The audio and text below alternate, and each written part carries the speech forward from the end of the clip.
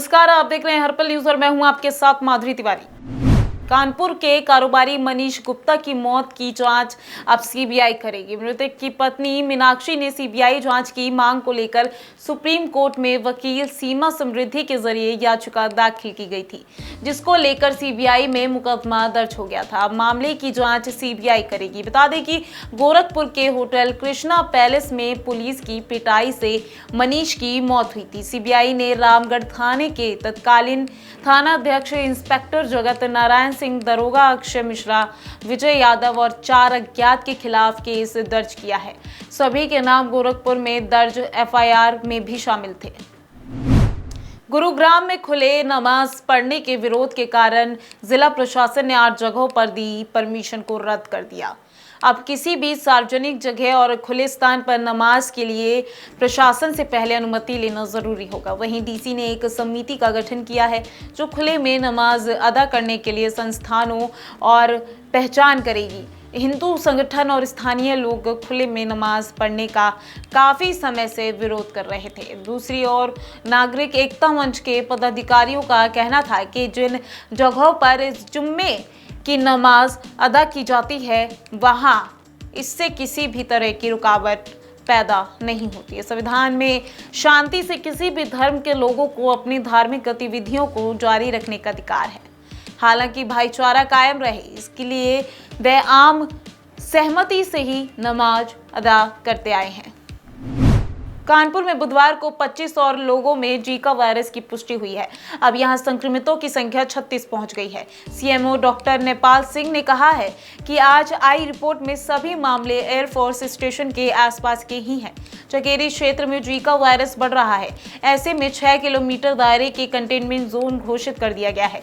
स्वास्थ्य विभाग की टीमों ने चकेरी इलाके के 2500 घरों का सर्वे किया है। जीका संदिग्ध बुखार रोगियों की सैंपलिंग की जा रही है। कानपुर में स्वास्थ्य विभाग की 75 टीमें लगाई गई थी। टीमें ट्रैकिंग, ट्रेसिंग और टेस्टिंग कर रही हैं। वहीं सीएम योगी आदित्यनाथ ने यूपी में जीका को लेकर अलर्ट जारी कर दिया है। कोरोना वायरस महामारी को लेकर हर दिन नए अध्ययन हो रहे हैं। एक नए अध्ययन में ये बात सामने आई है कि एंटीबॉडी ड्रग कॉकटेल कोविड-19 डेल्टा वेरिएंट के मरीज के इलाज और इस वायरस से मौत के खतरे से 100% सुरक्षित देती है। एंटीबॉडी ड्रग कॉकटेल ने कोविड-19 के चमत्कारिक इलाज विश्व भर के डॉक्टरों को आकर्षित किया है। जब इसे पूर्व अमेरिकी राष्ट्रपति डोनाल्ड ट्रंप पर आजमाया गया था तब ये प्रारंभिक वैज्ञानिक प्रमाण पर्याप्त नहीं हुए थे। वहीं भारत में कोरोना की दूसरी लहर डेल्टा वेरिएंट के कारण आई थी। एआईजी अस्पताल के अध्यक्ष डॉक्टर डी नागेश्वर रेड्डी ने कहा कि परिणाम आश्चर्यजनक है और कोविड-19 के उपचार के लिए सार्वजनिक स्वास्थ्य नीति को आकार देंगे। विशेष रूप से उच्च जोखिम वाले व्यक्तियों में जिनकी उम्र 60 वर्ष से अधिक है या कि मधुमेह, उच्च रक्तचाप, मोटापा, गर्भावस्था और बीमारियों से प्रसारित और ग्रसित है, उन सभी को इससे अत्यधिक लाभ होगा। हमने अपने शोध में स्पष्ट रूप से प्रदर्शित किया है कि जब सही समय पर थेरेपी दी जाती है तो रोग को बढ़ने से बिल्कुल रोक देता है। G20 शिखर सम्मेलन और कोप 26 में भाग लेकर देश लौटने के तुरंत बाद प्रधानमंत्री मोदी ने कम टीकाकरण करने वाले जिलों के डीएम के साथ वीडियो कॉन्फ्रेंसिंग के माध्यम से समीक्षा बैठक की। बैठक के बाद पीएम मोदी ने कोरोना वॉरियर्स को संबोधित किया। पीएम मोदी ने कहा कि टीकाकरण में तेजी लाने के लिए लोगों को जागरूक करना जरूरी है। उन्होंने कहा कि कोरोना वॉरियर्स को इसके लिए कैंपेन करना होगा और लोगों को समझाना होगा। पीएम ने कहा कि आप इसमें स्थानीय धर्मगुरुओं की भी मदद ले सकते हैं और उनका 2 मिनट का वीडियो बनाकर लोगों के बीच संदेश दे सकते हैं। पीएम मोदी ने कहा कि अभी तक आप सभी ने लोगों को वैक्सीनेशन सेंटर तक पहुंचाने और वहां सुरक्षित टीकाकरण के लिए प्रबंध किए हैं। अब हर घर टीका, इस जज्बे के साथ आपको हर घर पहुंचाना है। मध्य प्रदेश के गृह मंत्री नरोत्तम मिश्रा ने बुधवार को कहा कि राज्य में जल्द ही prevention of loss of public private property और रिकवरी ऑफ डैमेज एक्ट लाया जा रहा है। इसके तहत सरकारी या प्राइवेट संपत्ति पर पथराव या अन्य किसी तरीके से नुकसान पहुंचाने वाले से हर्जाना वसूला जाएगा। यह हर्जाना घटना की जगह के आधार पर तय होगा। दंगाई, पत्थरबाज और दूसरों की संपत्ति को नुकसान पहुंचाने वालों को बख्शा नहीं जाएगा। मिश्रा ने पत्रकारों से बातचीत में कहा कि कानून के तहत एक ट्रिब्यूनल बनेगा और हर्जाना तय करेगा। इसमें पुलिस महानिदेशक स्तर का अधिकारी, आईजी स्तर का अधिकारी और रिटायर्ड सेक्रेटरी का होगा। इस ट्रिब्यूनल को सिविल कोर्ट जैसे अधिकारी होंगे। कलेक्टर सरकारी संपत्ति को हुए नुकसान की जानकारी इस ट्रिब्यूनल को देगा। इस तरह अगर किसी की निजी संपत्ति को नुकसान पहुंचा तो वो ट्रिब्यूनल से संपर्क कर सकेगा। उन्हें नुकसान की जानकारी ट्रिब्यूनल को देनी होगी। गृह मंत्री के अनुसार इस ट्रिब्यूनल को लैंड रेवेन्यू कोड जैसे ही अधिकार होंगे। केसेस का निपटारा 1 महीने के अंदर किया जाएगा। आम आदमी पार्टी के मुख्यमंत्री पद के उम्मीदवार कर्नल अजय कोठियाल ने कहा कि देवस्थानम बोर्ड भंग करने की मांग को लेकर पार्टी की ओर से प्रदेश भर में जेल भरो आंदोलन शुरू किया जाएगा। उन्होंने कहा कि आपकी सरकार बनने पर कलम से पहला फैसला देवस्थानम बोर्ड भंग करने का किया जाएगा। इस क्रम में बुधवार को राजधानी देहरादून, ऋषिकेश और हरिद्वार में आम आदमी पार्टी के कार्यकर्ताओं ने पैदल मार्च निकाला और विरोध प्रदर्शन किया। इस दौरान भाजपा सरकार के विरुद्ध जमकर नारेबाजी की। बता दें कि मंगलवार को नगर के एक होटल में पत्रकारों से वार्ता में आप नेता कर्नल अजय कोठियाल ने कहा कि प्रधानमंत्री 5 नवंबर को केदारनाथ आ रहे हैं। वे पहले भी आ चुके हैं। केदारनाथ में प्रधानमंत्री नरेंद्र मोदी की बहुत भावनाएं जुड़ी हुई हैं। वे शिव भक्त हैं। ऐसे में प्रधानमंत्री नरेंद्र मोदी से मांग करते हैं कि वह इस प्रदेश सरकार को बोले कि देवस्थानम बोर्ड को भंग करे। देवस्थानम बोर्ड पर पूरे प्रदेश को प्रभावित करता है, क्योंकि प्रदेश में रोजगार का सबसे बड़ा साधन 4 धाम यात्रा है, मगर सभी यात्राएं इसके कारण फेल हो रही हैं, जिससे लोगों को रोजगार नहीं मिल रहा। अयोध्या में भव्य दीपोत्सव के आयोजन की तैयारियां पूरी हो गई हैं। पूरी रामनगरी राममय हो गई है। प्रदेश के मुख्यमंत्री योगी आदित्यनाथ अयोध्या पहुंच चुके हैं। वह पूरे आयोजन के दौरान मौजूद रहेंगे। इसके पहले नगर के साकेत पीजी कॉलेज में राम राज्याभिषेक शोभा यात्रा जय श्री राम के उद्घोष और शंखनाद के साथ रवाना हुई, जिसमें भारत की लोक संस्कृति के अलग अलग रंग देखने को मिले। शोभा यात्रा को मुख्यमंत्री डॉक्टर दिनेश शर्मा ने हरी झंडी दिखाकर रवाना किया।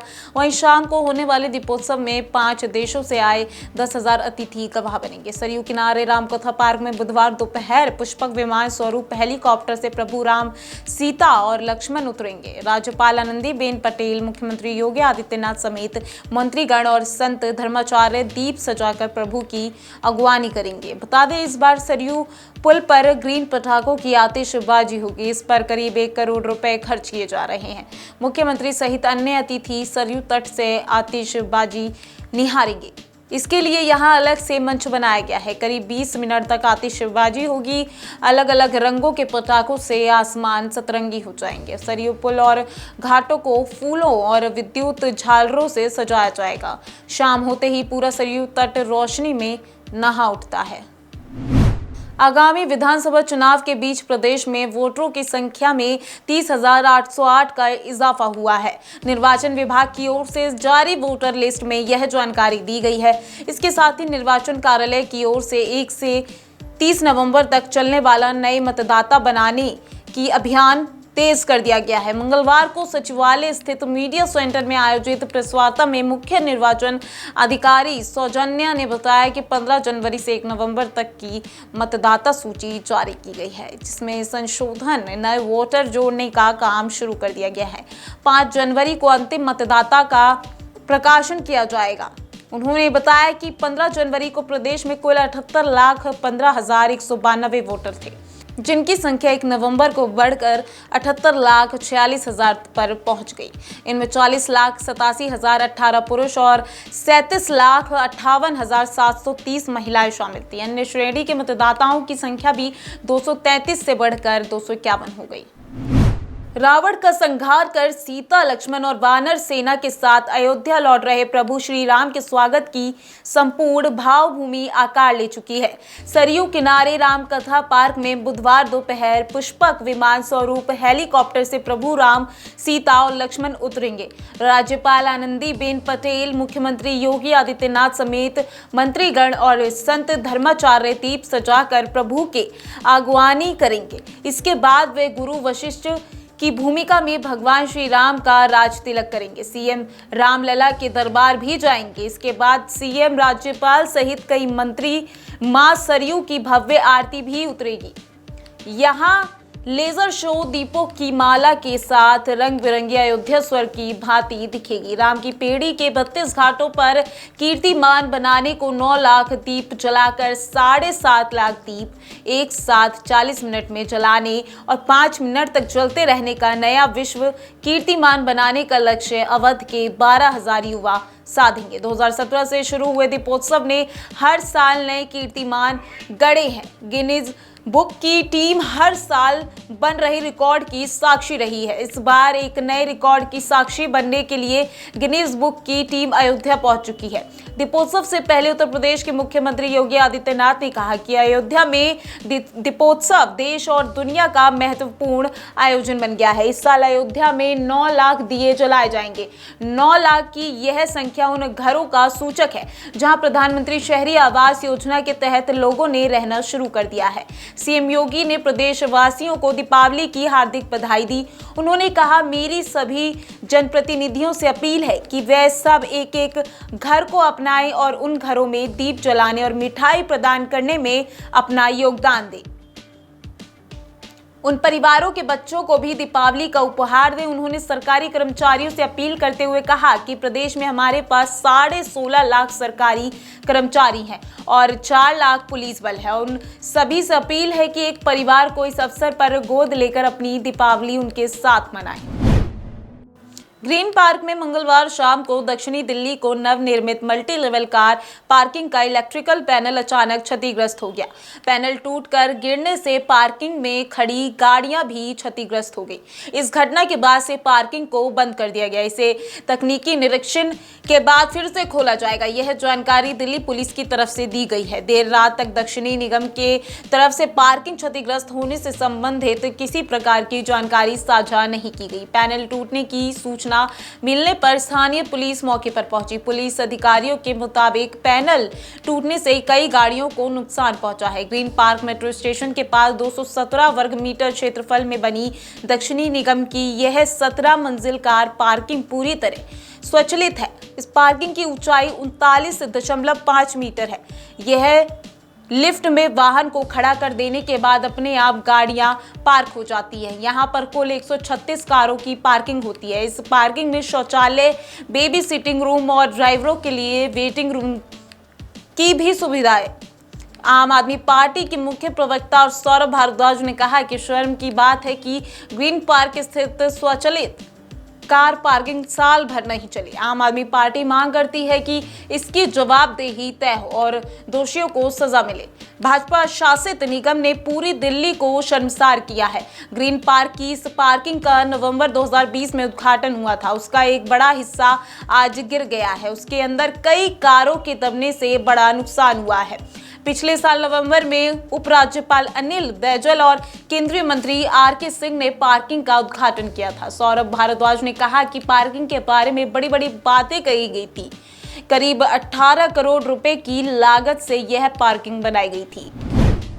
उत्तराखंड देवस्थानम प्रबंधन बोर्ड को भंग करने की मांग को लेकर केदारनाथ धाम में आंदोलन कर रहे तीर्थ पुरोहितों के प्रधानमंत्री नरेंद्र मोदी और मुख्यमंत्री पुष्कर सिंह धामी के विरोध की चेतावनी से प्रदेश सरकार सकते में है।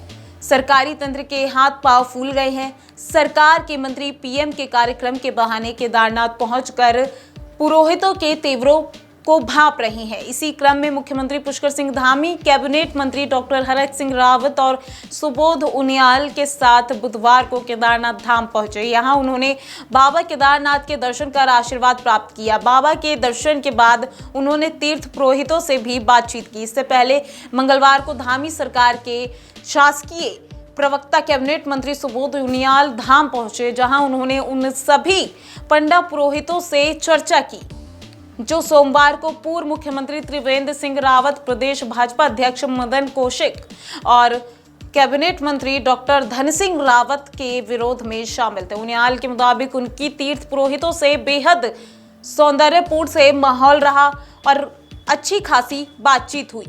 सूत्रों का कहना है कि तीर्थ पुरोहितों व पंडा समाज के लोगों ने कैबिनेट मंत्री को भी दो टूक कह दिया कि यह देवस्थानम बोर्ड पर जल्द सरकार कोई ठोस निर्णय नहीं लेती है तो वह प्रधानमंत्री और मुख्यमंत्री का विरोध करने से भी पीछे नहीं रहेंगे। तीर्थ पुरोहितों का कहना है कि वे सीएम से लेकर पीएम तक अपनी बात रखना चाहते हैं। बीते सितंबर में मुख्यमंत्री पुष्कर सिंह धामी ने कहा था कि 30 अक्टूबर तक देवस्थानम बोर्ड को लेकर ठोस निर्णय लिया जाएगा। इस दौरान कमेटी भी गठित की गई थी, लेकिन चारधाम तीर्थ पुरोहित और हक से कोई वार्ता नहीं की गई है। सरकार कोई निर्णय नहीं ले पाई है, इस कारण वे उग्र आंदोलन के लिए बाध्य है। केंद्र शासित प्रदेश में प्रदूषण पर नियंत्रण के लिए जम्मू कश्मीर प्रदूषण नियंत्रण समिति ने त्योहारी सीजन के दौरान राजधानी जम्मू और श्रीनगर शहर में केवल ग्रीन पटाखों की बिक्री और उपयोग के निर्देश जारी किए हैं। इसके तहत दिवाली या अन्य त्योहारों में, गुरु पर्व, क्रिसमस और नए साल के उत्सव के दौरान रात 8 से रात 10 बजे तक बीच 2 घंटे ही ग्रीन पटाखे चलाने की अनुमति होगी। इसके साथ हानिकारक रसायनों से तैयार पटाखों पर सख्ती से प्रतिबंध लगाने के निर्देश जारी किए गए हैं।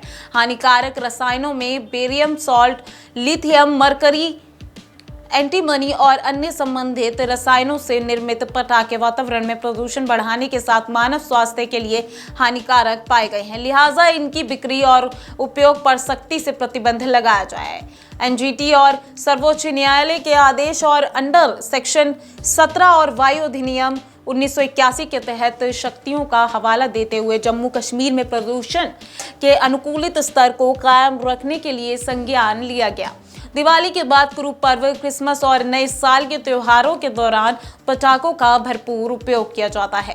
ग्रीन पटाखों के अलावा अन्य दूसरे पटाखों की बिक्री और उपयोग उल्लंघन में सख्त कार्रवाई के निर्देश दिए गए हैं। सर्वोच्च न्यायालय की ओर से 29 तारीख को प्रतिबंधित पटाखों के निर्माण, उपयोग और बिक्री संबंधी जरूरी आदेश जारी किए गए थे। जम्मू कश्मीर में अब तक मिले कुल 993 डेंगू के मामलों में से जिला जम्मू से 64% मामले हैं। जम्मू में मंगलवार को 33 नए मामलों के साथ आंकड़ा 639 तक पहुंच गया। शहर के कई इलाकों में डेंगू से प्रभावित है। तापमान में गिरावट के बावजूद अस्पतालों में डेंगू के पीड़ितों का पहुंचना जारी है। वायरल बुखार के मरीजों की संख्या में भी बढ़ोतरी हुई है। इसके अलावा जिला कठुआ और सांबा अधिक प्रभावित है। अब तक जम्मू में 2, सुंदरबनी में 1 और उधमपुर से 1 डेंगू मरीज की मौत हो चुकी है। जम्मू शहर में रिहाड़ी, बख्शीनगर, त्रिकुटा नगर और गांधीनगर, सुभाष नगर आदि क्षेत्रों में डेंगू से प्रभावित हो चुका है। इन इलाकों से नियमित तौर पर डेंगू के मामले मिल रहे हैं। शहर के अधिकांश स्थानों में डेंगू दस्तक दे चुका है। जीएमसी जम्मू और एसएमजीएस अस्पताल जम्मू सहित अन्य अस्पतालों में दैनिक आधार पर बड़ी संख्या में डेंगू के मरीज पहुंच रहे हैं। इसमें बच्चों से लेकर हर आयु वर्ग के लोग प्रभावित हैं। मंगलवार को सांबा में 12 नए मामलों के साथ आंकड़ा 87 तक पहुंच गया।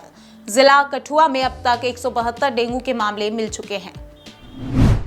फिलहाल के लिए आज की खबरों में बस इतना ही। देखते रहिए हर्पल न्यूज। नमस्कार।